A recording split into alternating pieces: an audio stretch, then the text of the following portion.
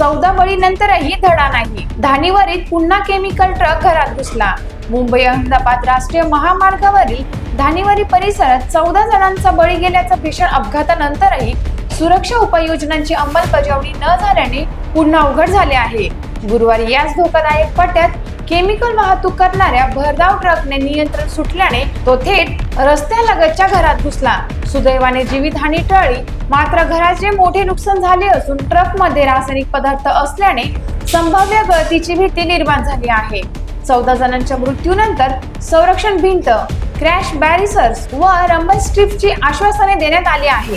मात्र प्रत्यक्षात कोणतीही कार्यवाही न झाल्याचा आरोप ग्रामस्थांनी केला आहे. 14 निष्पाप जीव गेल्यानंतरही प्रशासन जागे झाले नाही का, असा संतप्त सवाल उपस्थित करत तातडीने उपाययोजना न केल्यास तीव्र आंदोलनाचा इशारा स्थानिकांनी दिला आहे. टाइम्स ऑफ महाराष्ट्र न्यूज साठी पालघर जिल्हा प्रतिनिधी निलेश गवांदे यांचा report. Times of Maharashtra news साठी हडपसर प्रतिनिधी निलेश महांगिरे यांचा रिपोर्ट. माझे नाव राजेश गोपाळ मलावकर. माझ्या इथे एक मोठा अपघात झालेला आहे. हा आयसर टेम्पो एका 100 मीटरवरती किंवा 150 मीटरवरती माझ्या घरापर्यंत हा टेम्पो आयशर पोहोचलेला आहे. एक माझं मोठं नुकसान झालेलं आहे. आणि इथं हायवेवरती एक 15 दिवसापूर्वी मोठा एक साखरपुड्याचा अपघात झालेला होता. तसेच मोठे मोठे आमदार खासदार येऊन गेले, पालकमंत्रीसुद्धा येऊन गेले आणि इतर नेतेसुद्धा येऊन गेले राजकारणी.